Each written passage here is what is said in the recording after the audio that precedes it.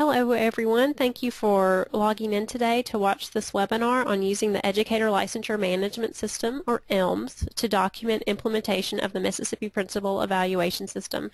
My name is Alexis Nordine and I'm with the Research and Curriculum Unit at Mississippi State University. I'm joined today by Mr. David Cook in the Office of Technology and Strategic Services at the MDE. We're pleased that you're with us today.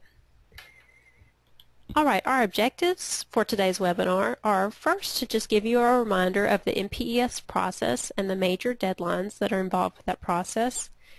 Second, to help the superintendent and or his or her designee understand their role as it relates to MPES in ELMS. Third, to help the school administrator understand his or her role in ELMS. And finally, to also give you some live demonstration of how ELMS is going to work. All right, we'll start off with the overview. So as you all know, the goal of MPES was always to achieve a higher level of academic success for every student through improving school leadership using a research-based instrument to evaluate principal effectiveness. So MPES was really created with the idea of improving student outcomes. So MPES includes 5 conferences between the supervisor and the school administrator, and as some districts have noted, those conferences can be combined into 3 major conferences if you prefer. If combined, MPES really revolves around 3 major deadlines. It identifies an administrator's areas of strength so that they can build upon those strengths, and also challenges so that the administrator can address those as well. And it requires the administrator to reflect on their own professional practice and set goals for how they can improve it in the next academic year. So MPES consists of 4 major components. There's the mathematics goal, which is 25% of the overall summative assessment score, the ELA goal, which is 25%, 2 organizational goals, which together are worth 20% of the overall MPES score, and then the circle survey, which is 30% of the overall MPES score. Now, if you are a career and technical education director, remember, instead of setting mathematics and ELA goals, you will set goals based on your Year 1 student population and your Year 2 student population, and that's at the request of the Office of CTE and Workforce Development. Alright, so the MPES process really revolves around 3 key deadlines. So by the end of August, administrators need to set their goals for the upcoming academic year, and in this case, in 2014, that deadline has been extended for districts until September 15th. The next major deadline will be January 31st, and by January 31st, districts need to have completed their formative conferences, where the supervisor and the administrator meet together to talk about how the goal achievement is going thus far. They don't change the goals, but they do talk about the strategies that are being used to meet the goals, and they can change the strategies if needed. Then there's the circle survey that needs to be completed by January 31st. So the circle survey is an online instrument that's used to evaluate an administrator, and it's taken by the administrator himself or herself, their supervisor of record, and then their certified staff members. So all of those groups need to have logged into the survey and completed it no later than January 31st. The next major deadline is April 30th, and that's when administrators sit down with their supervisors to discuss the results of the circle survey the results of the circle survey, which they would have received in March. And then the last step of the process is, again, taking place in August. So by August, the administrator needs to have sat down with their supervisor, received their summative assessment scores, and set professional growth goals for the next year. So in August, that's a key deadline because it's the end of one cycle and the beginning of the next year's cycle. All right, we'll talk about the Educator Licensure Management System and how that fits into MPES. Okay, so in ELMS, the superintendent has a set of responsibilities that are assigned to him or her as the MPES supervisor for the district, but the superintendent can also designate another person in their district to be an MPES supervisor. So if you're, for example, a superintendent and you want your assistant superintendent to help with the MPES responsibilities for your district, then you can notify MDE that you would like to also give that person MPES supervisor capabilities in ELMS. And the way you would make that request is to contact Lisa White in the Office of Educator Quality, and to send her the person's name and their ELMS username so that that person can be given the MPES supervisor role in ELMS. Now, so the superintendent will also have that role, but then they can also have another MPES supervisor within their district if they would like. So that person is responsible for three key things.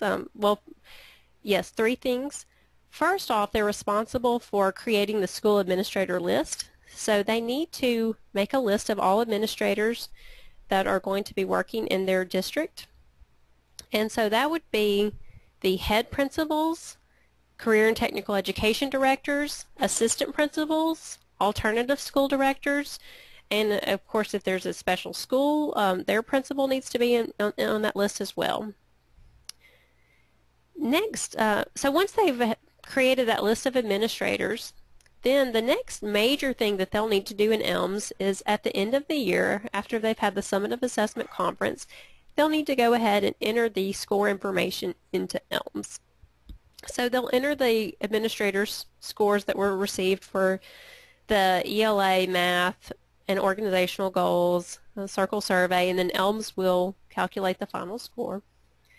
And then also the superintendent or the MPES supervisor will receive communication from MDE if there are administrators in the district who are not completing their ELMS requirements by the MDE's established deadlines. Okay, so, now going back to that, this would be a good time for a live demonstration, so I'm going to turn it over now to Mr. Cook so he can show you how the MPES supervisor role works in ELMS.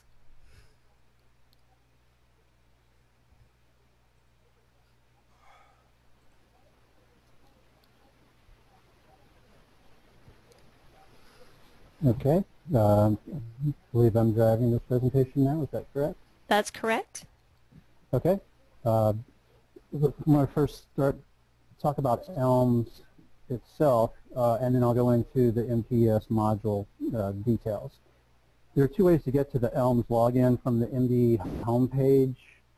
Either under the Educators tab or the Districts tab, you'll find an option for ELMS, and simply click on that, and you're taken to the MDE homepage. You'll enter your username and password to log in. But first I want to show you a couple other areas here. There is, down to the right, a license lookup. If you have some need to look up an educator's license number, you would go here. This information is publicly available. Anybody can do that. There's no login required. If you're having some difficulty logging into your system, there's a forgot password option available at the login page, which is here just below the credential information. The system will ask for your email address and to duplicate that information. Once the information is entered, you'll click Continue, and the system will let you know whether or not it was able to associate what you entered to an email on file. If it is, it'll let you know that an email was sent to that email address, and by clicking the link enclosed in it, you'll be able to reset your password.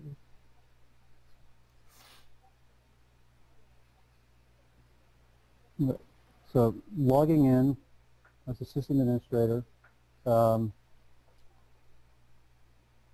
typically users will have one or two roles, the educator plus an additional, maybe superintendent or the MPES supervisor role specifically. You simply make that selection from the list that's presented. I'm going to take the MPES supervisor role today. And this is what you'll be presented. Superintendents, when they log in this menu option bar up top, we'll have a couple others that include a search for educators as well as their renewal list.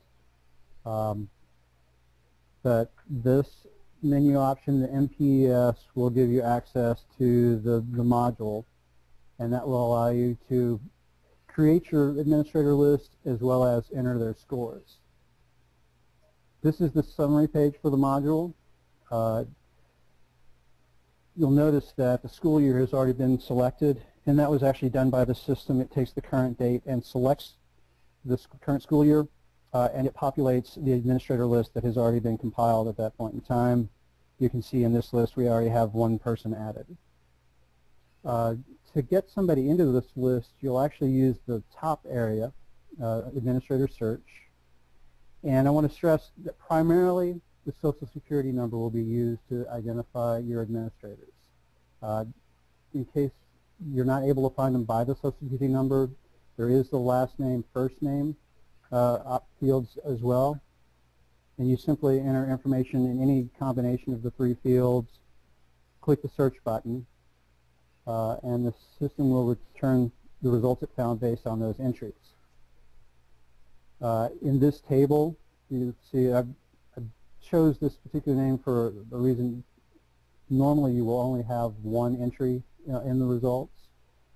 The information displayed here, you've got a district code and school, and that's going to be based on last year's ELMS information and their admin time type as it was registered in the ELMS assignments, their educator ID and name. And to the left here, you've got the add column. Now this column is only going to be displayed from July 1st of the school year until January 31st of the school year.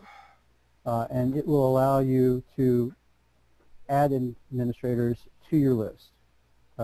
Remember that they should have 185 years or 185 days in the district. Otherwise, they are not eligible for evaluation in that district. If somebody comes from another district and they had 185 days in that year, they should remain in that district and their evaluation will be completed by that district. I've got three different types of results in this particular table. In the first row, you've got an educator for whom no evaluation has been started this year. And that's indicated by the red text and the fact that the add link is actually available in the column. And you simply, I'll show you an ad, but I don't want to wait on that. My second row has an educator that is actually already has an evaluation started, which is indicated by the red text. And if you look down, you'll actually see that this particular educator, you can look at the educator number or the name and see that is already in the district. And that add link is removed so that you don't inadvertently remove any goal or conference information they may have already entered in that district. And the third type of result return is this one, where an evaluation has been started in another district. And this is to allow for the scenario when an educator changes districts, but they're going to have 185 days in your district, but they had already started the process in the previous district. And when you click add, it's going to wipe out any information on goals and conference dates that may have already been input by the educator. So use this with extreme caution and make sure that's actually who you want. But the system will allow you. And when you add, it goes and looks for information that is captured, and that information is going to be the school in your district. This list is going to be populated with the schools in your district. And then there are the four types of administrators that will be evaluated in the administrator type dropdown. Click that. Let me show one other thing before I actually save this. If you don't make any selections, you'll actually have some information telling you what has not been selected. And the evaluation is not created and the evaluation information is not changed until you make these selections and successfully save them. And you can now see that we have added that person to this list. You can go back if you inadvertently made a mistake. You can actually edit the information that you've edited or entered by using the edit column. And here, that should have been an assistant principal. And you can see that that's now been changed. So you can edit this information the entire time of the evaluation, which is going to be from the day the evaluation is created until September 15th of the following school year. Now this column will disappear after December 27th, but you'll still be able to edit the information, and I'll show you that later. The other feature of note in this table is the remove column. If you've inadvertently added an educator, you can take them out of the list by simply clicking remove. So at this time of the year, that's all that you're really going to be involved with. And in the next couple of weeks, this is the only part of the module that you'll need to use. And I want to show you, once we get to, I've got some fake data in here, or test data, just to show you what the entering scores is going to look like. You will not have this capacity in the ones that you create now until May 15th of next year. And this is what the table looks like. You'll see the edit and the remove column are now gone, but they have added an enter scores column. When you click that, it brings up a wizard. And as I said, you can still change the overall administrator detail information. You can change that if you need to. And then you also have the location where you will enter the scores. All of there are certain values that are allowed in these, and I'm going to show you a couple of them where you have bad values. If you try and save incorrect values, the system will alert you to that. So the first 4 fields are all going to be integer numbers, between 1 and 4. And then in the circle survey scores, your valid values are going to be either 0 or a decimal number between 1 and 4, and you can only enter 1 decimal point.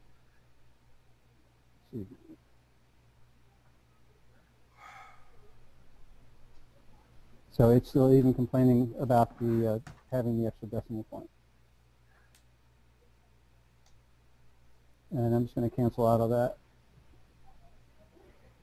And that is really what the administrators are going to be responsible for, and have what they'll use in the module. And I'll turn it back to you, Alexis, unless there's something else you think I need to cover. Nope, I think that was it.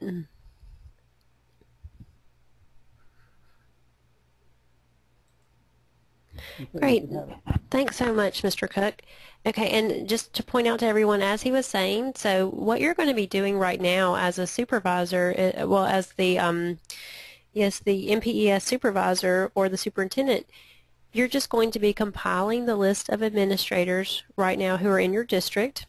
And remember, again, that's your head principals, your assistant principals, CTE directors, alternative school directors, and any other school level administrator in your district. I think that covers everybody, actually. So you won't actually be entering the summative assessment data until the end of the 2014-15 year into ELMS. So you won't start seeing summative data appear until the very end of this current academic year. So, all right, great. Now moving on to the school administrator's responsibility. So in ELMS, what the school administrator is responsible for doing is entering the information from his or her goal setting forms. So you need to complete your goal setting forms with your supervisor, complete those by September 15th, and make sure that you enter the goal information into ELMS. And then you're also going to be verifying throughout the year that you have completed the other components of the MPES system. So you're going to log into ELMS by January 31st and verify that you have completed the formative conference and enter the date for that. Then you'll log in and by April 30th verify that you have completed the circle survey conference with your supervisor. And then by August 31st of the next year, you'll log in to verify that you've completed your Professional Growth Goals Conference. All right, so David, let me give it back over to you so you can show them how to do that. Okay.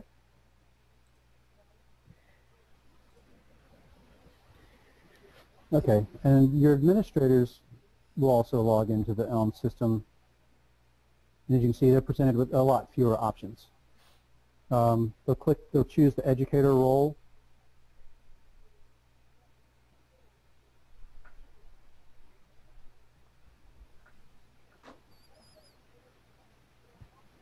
And they're presented with input. The MPES information is not all that's presented to the educator. You can see there's quite a bit more. But they'll go into my credentials,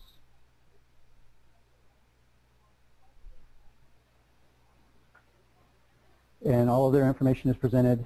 And on the left, they have a list of educator options. The last one on the list is going to be MPES. Any educator in the state that does not have an evaluation will not see this option. So educators, your administrators, until you create them and add them to your list, they will not have this option. Choose MPES, and you're presented with this page.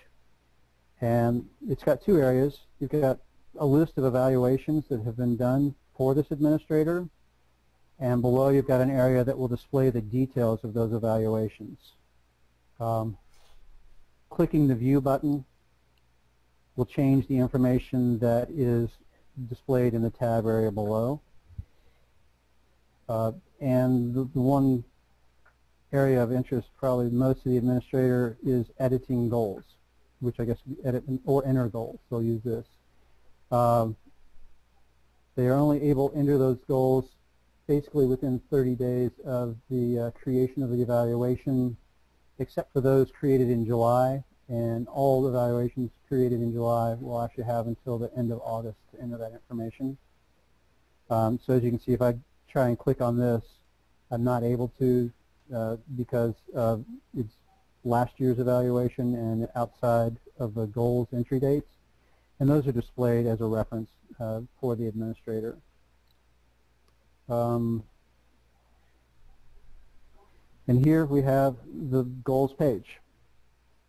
Everything is collapsed in an effort to make it smaller and a little bit more manageable. You have a lot of show and hide links. The first one is the search information to return the supervisor of record. There's small, it's similar to the previously displayed search fields. You've got last name, first name, and you're going to have the districts for, it's going to take a district assignment for an administrator from last year's EMSIS assignments.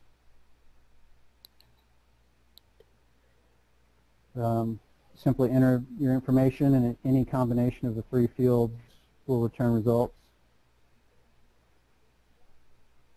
Once you've found the supervisor of record, you simply click the select button, and that information will be populated.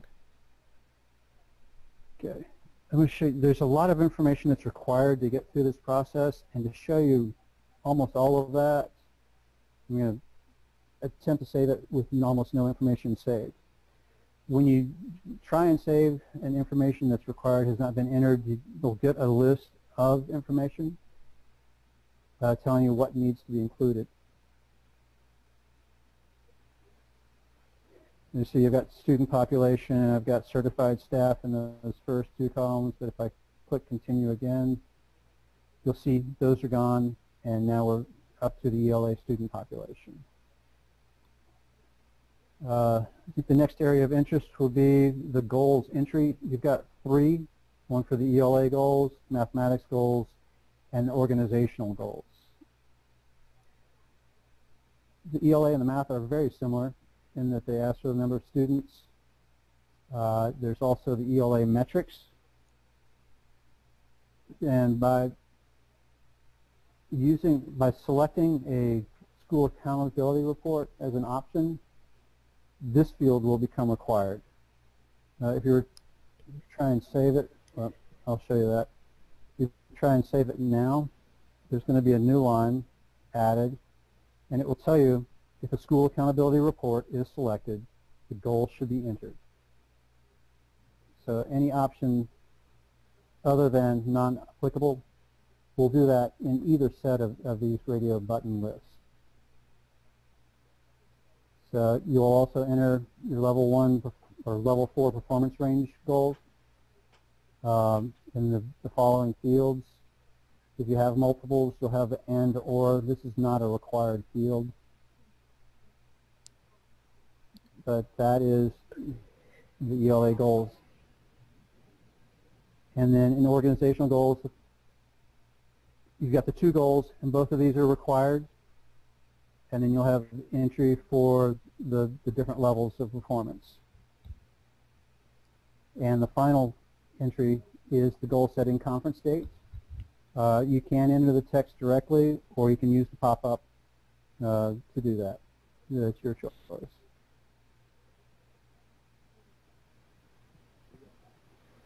And so that's entering the goal information. The other area of interest for the administrators, as the different conferences come up through the year, they will come back to their page and enter that information here. As you can see, the action plan is expected to be done early in the year, and then the other conference dates also follow in the schedule that was laid out previously. And you can simply put in a change field, and that information has been saved. As you can see, it repopulated with that changed date. And this information, these dates are available for edit from the day the evaluation is created until September 15th of the following school year. Right. If you look in, all the information that was captured in the edit goals screen is available here for reference for the educators. And then out here we have the scores, and this will be populated once they're actually entered by the supervisor, and it would be a record for the administrator. And David, if I could just say that the conference dates, when you said action plan, just to remind everybody of what that is on the goal forms. There's a box that they have to check that says that they do have a plan on file with their district on how they're going to achieve their goals, their ELA math and organizational goals, or their for CTE directors, the year 1 and year 2 and organizational goals. So that checkbox there is to verify that you have got that plan on file with your district. And I think that's it. Okay, I think that's it too.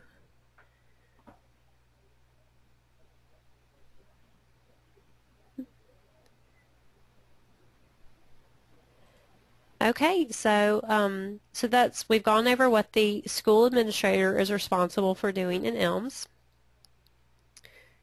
All right, and just as a reminder, the 2013-14 MPES summative data will be reported by superintendents or their designees via the Excel file that's available in each superintendent's SharePoint folder. So just to be clear on that, superintendents are not going to enter the MPES data for 2013-14 into ELMS. So they will instead report that data to MDE using the Excel file that they will access from their SharePoint folder. So they'll need to go into SharePoint, take out that Excel file and make sure that they've updated their administrator's goal scores in that, then save the file and upload it back into their SharePoint folder, and that's how MDE will retrieve the 2013-14 data. The 2014-15 MPES goal data will be recorded in ELMS. It will not be recorded in Canvas. So we were using Canvas in 2013-14, but starting in 2014 we'll be using ELMS only. So and as a reminder, you're not going to upload your MPES forms into Canvas or ELMS this year. The forms that you'll fill out during your conferences are going to be filed in the personnel file with your district central office, but you're not going to be scanning and uploading any kind of forms into ELMS, and certainly not into Canvas, because we're not going to be using Canvas anymore. And just so you're aware, the 2013-14 MPES Canvas courses will start to be closed down in September. So you will see those courses will start going away. So the information that you entered into Canvas will be archived for MDE's record-keeping purposes. But if there's something in your Canvas course that you wish to go ahead and access now and save a copy of it, I would highly recommend that you go ahead and do that as soon as possible, because we will start shutting those courses down soon. Now, if you have any questions about what you've seen today, please contact Lisa White in the Office of Educator Quality. She's there to take your calls and emails, and she's more than happy to talk to you about any questions that you have. You can email her by using the MPES dedicated email address, or you can call her on her cell phone, which is shown there on your slide, or you can email her using her personal work email address. And then, of course, as always, feel free to contact me as well. My contact information is shown there as well. So, Mr. Cook, thank you so much for today, and everyone, thank you so much for tuning into today's webinar. You're welcome. See you.